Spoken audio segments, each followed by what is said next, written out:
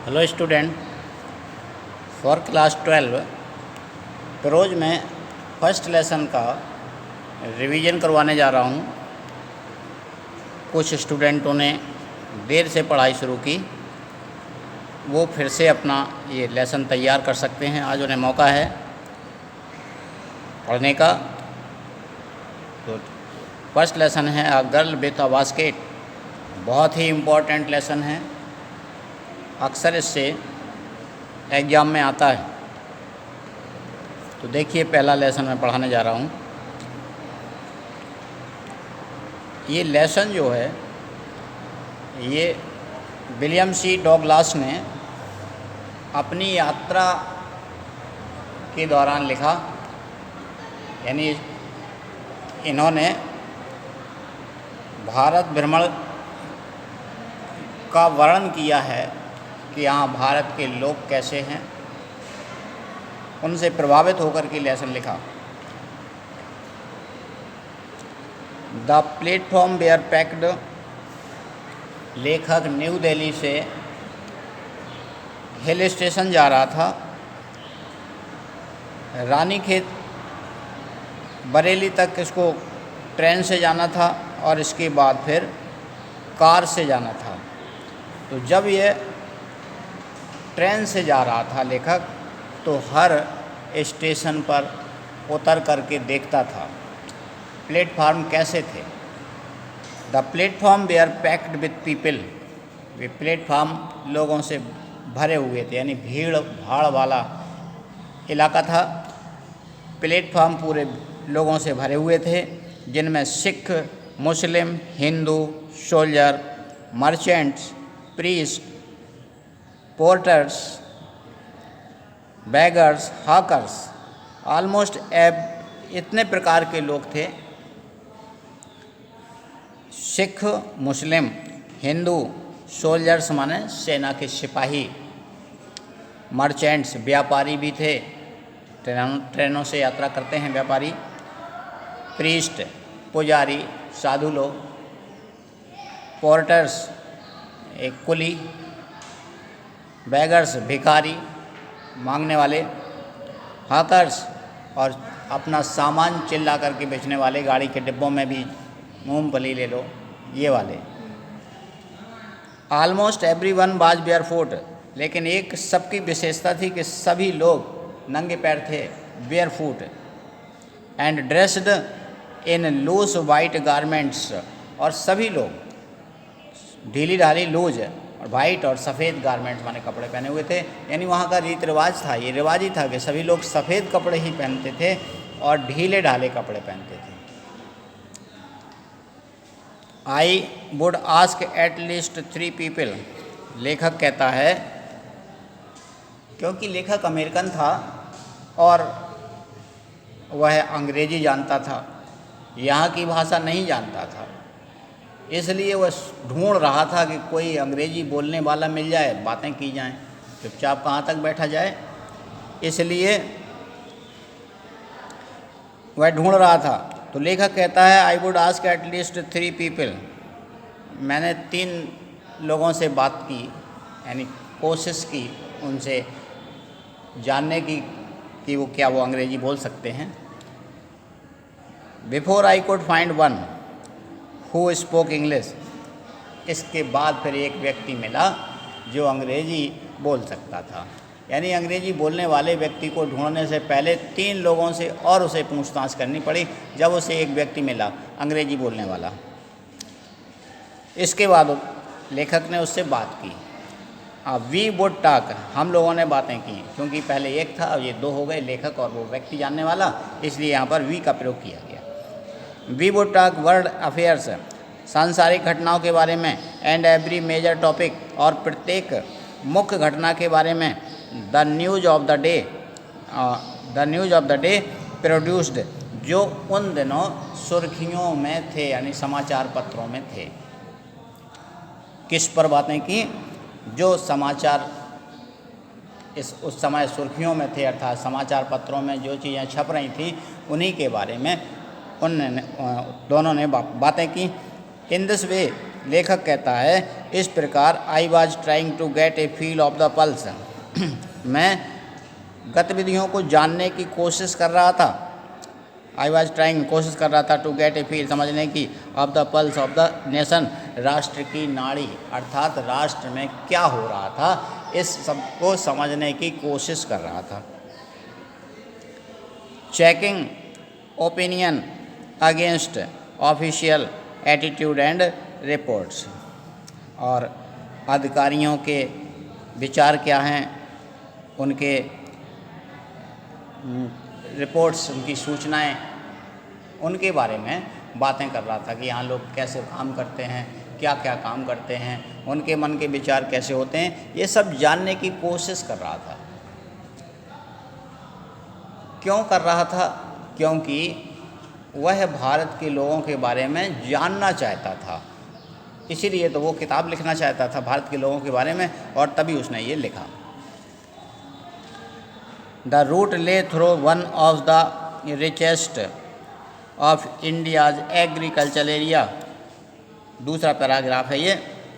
जिस रास्ते से ये रेलगाड़ी जा रही थी, यानी पटरी का जो रास्ता था, वो कहाँ से होकर जाता था? Richest of India's agriculture area, Bharat की कृषि प्रधान क्षेत्रों से होकर। रिचेस्ट माने सबसे अधिक जहाँ फसल उगाई जाती है, कृषि क्षेत्र का, अर्थात हमने कह दिया मुख्य प्रधान क्षेत्र, कृषि प्रधान क्षेत्र। ये रास्ता कृषि प्रधान क्षेत्रों से होकर जा रहा था, अर्थात ऐसी जगह से जा रहा था जहाँ फसलें अधिक होती थीं, खेत अच्छे होते थे।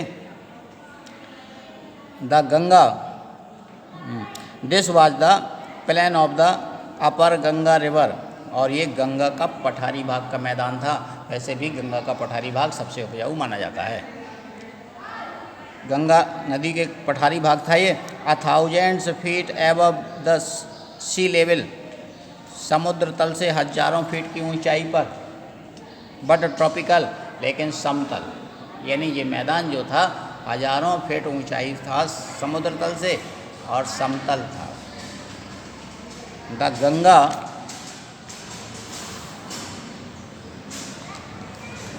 बाज brown swollen, Ganga brown silt swollen with flood water, बाढ़ के पानी से ओफनाई हुई थी, और उसका पानी इस समय ब्राउन सिल्ट माने मटमैला था। यानी बाढ़ में पानी चूँकि मटमैला हो जाता है, इसलिए उसका पानी मटमैला था, बाढ़ युक्त थी। इट्स ओवरफ्लो इनहंडेटिंग, इसके ओवरफ्लो माने जो फैलाव था पानी का, ओवरफ्लो, फ्लो माने जो अपने सीमा में बहे वो फ्लो, और जो बाढ़ से तो सीमा तोड़ करके, किनारे तोड़ करके पानी चारों तरफ को बहने लगता है, उसको overflow.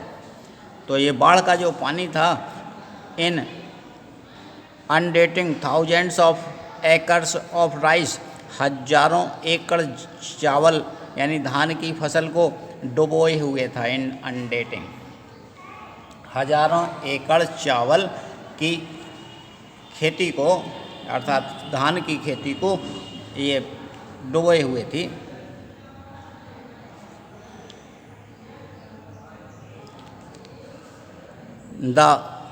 To the north where जंगल, और उत्तर दिशा में जंगल जो थे, ग्रेट एक्सपेंस ऑफ ग्रास, घास से भरे हुए, यानी यहाँ घास अधिक पैदा होती थी। Higher than a man's head, इतनी बड़ी घास, इतनी ऊंची ऊंची, मनुष्य डूब जाए उसमें। मैंस हेड से भी ऊंची, यानी मनुष्य के सर से भी ज़्यादा ऊंची घास थी यहाँ। And unbroken except for an occasional clump of tree, और अनब्रोकन माने बिना टूटी हुई, अर्थात पंक्तिबद्ध, except for an occasional clump of tree, कहीं कहीं, शायद कहीं कहीं मतलब जगह थी, वरना लगातार लाइन चल रही थी। क्लम्प ऑफ ट्रीज यानी पेड़ों का बिल्कुल समूह। द होम, यो जंगल की बात बता रहे हैं कि मतलब जंगल इतने घने थे कि उनकी कतार टूट ही नहीं रही थी, अनब्रोकन थी, शायद कहीं कहीं, occasional, by chance. Clump of trees, पेड़ों के झुंड थे। द होम ऑफ टाइगर्स, जो ये जंगल जो थे ये इसमें चीता रहते थे, एलिफेंट्स, पाइथन एंड कोबरा, यानी ये जंगली जानवर, विशाल खतरनाक जंगली जानवर, हाथी, अजगर, नाग और टाइगर्स, इनका ये घर था जंगल। Everywhere else there was flat land running, हर तरफ यानी जहाँ तरफ देखो हर तरफ क्या थे, फ्लैट लैंड मान समतल ज़मीन थी, क्योंकि ये कृषि प्रधान क्षेत्र बताया जा रहा था। तो कृषि प्रधान क्षेत्र मतलब यहाँ की ज़मीन समतल थी बिल्कुल, जहाँ तरफ देखो तो समतल। रनिंग टू द हॉरिजॉन्टल माने बिल्कुल समानांतर चल रही थी गाड़ी के। But dotted here and there by the sacred banyan tree, इधर उधर बरगद के पेड़, डॉटेड का मतलब होता है लगे हुए या छिटके हुए थे। खेत दिखाई दे रहे थे चारों तरफ समतल, तो दूर दूर तक सब कुछ दिखाई देता था। तो दूर से देखो तो डॉट की तरह लगते थे ना जो बरगद के पेड़ छिटके हुए थे खेतों में, अर्थात उगे हुए थे। और बाई रो ऑफ पाकर ट्रीज, पाखर के पेड़ों की लाइनें, मतलब बरगद के पेड़ जो थे वो कम थे क्योंकि डॉटेड थे, वो छिटके हुए थे, लेकिन पाखर के पेड़ों की तो कतार की कतारें बहुत ज़्यादा थे। Shaped like Elm and having thick twisted trunk, और वो इल्म के पेड़ की तरह आकार के थे और इनके तने जो थे वो इठे हुए थे। पाखर की जो जड़ें निकलती हैं वो इठ जाती हैं आपस में और लटकती रहती हैं, तो twisted trunk. Hot humid air was moving, गर्म उष्ण जलवायु बह रही, गर्म उष्ण हवा बह रही थी। In front of south west, दक्षिण पश्चिम दिशा से, दक्षिण पश्चिम दिशा से गर्म और बाष्पीकृत हवा बह रही थी, चल रही थी। Monkey some of them mothers, बंदर, उनमें कुछ बंदरियाँ भी थीं, मदर्स, मादा बंदर। विथ बेबीज क्लिंगिंग, अपने बच्चों को चिपकाए हुए थी, टू देम, अपनी छाती से। कुछ मादा बंदर अर्थात बंदरियाँ, कुछ जो थीं वो अपने बच्चों को चिपकाए हुए थीं। एंड राइडिंग, और चढ़ी हुई थी अंडरनीथ, पेड़ों के अंडरनीथ माने जो स्टेशन होते हैं और स्टेशन के जो टीन डले होते हैं और टीन के नीचे जो तमाम एंगल विंगल लगे रहते हैं, कहीं कहीं तो उनके अंदर पेड़ भी होते हैं, तो इन्हीं में वो बंदर चढ़े हुए थे। स्वंग ऑफ, झूल रहे थे, ट्रीज, पेड़ों से, एट द स्टेशन, जो कि स्टेशन पर थे, स्टेशन के पेड़ों से झूल रहे थे ये बंदर। लुकिंग फॉर फूड, और खाने के लिए खाना तलाश रहे थे। कुछ पैसेंजर्स अपना खाना लेके आते हैं, खाते हैं, कुछ बच जाता है तो वो जानवरों को दे देते हैं, और ये बंदरों के पल्ले पड़ गए तो बंदर ऊपर से देखते रहते हैं और तुमने जरा सी निगाह हटाई और छीन ले जाते हैं। तो ऐसे ही थे, भोजन की तलाश में टकटकी लगाए देखते थे। द विलेजेस बी पास्ड, और जिन गाँव से हम लोग वहाँ से गुजरे, हैड बाल्स मेड ऑफ मड, उनकी जो दीवारें थीं वो मिट्टी की बनी हुई थी। मिक्सड विद वाटर एंड काऊ डंग, गाय के गोबर से और पानी से लीपी गई थी उनको। यानी जो गांव के जो घर थे वो कच्चे थे और उनमें गोबर की लिपाई पुताई हुई थी। Their peaked roof were thatched, और उनकी चोटीदार जो छतें थीं वो उनमें छप्पर छपा हुआ था। Bundles of grass tied to bamboo pole, घास के जो गट्ठे, बंडल, घास के गट्ठे बांस के खामों पर बांध करके उनको छप्पर बनाया गया था। स्ट्रेच्ड एक्रॉस द रेफ्टर्स, और एक दीवार से दूसरे दीवार तक बांस रख करके उस प्रकार से जैसे हम लोग कच्चे दीवारों में छप्पर बनाते हैं, तो यहाँ छप्पर का सीन है। ये कच्ची दीवारों में छप्पर छपा हुआ था, छप्पर जो कि बांस के ऊपर घास छा करके बनाए गए थे। That day the pumpkin vines, उन दिनों कद्दू की बेलें, दैट ग्रो ओवर देम, उनके ऊपर चढ़ी हुई थी। उन दिनों कद्दू की बेलें उनके ऊपर उगी हुई थीं। वेयर इन ब्लूम, जो कि फूल रही थीं।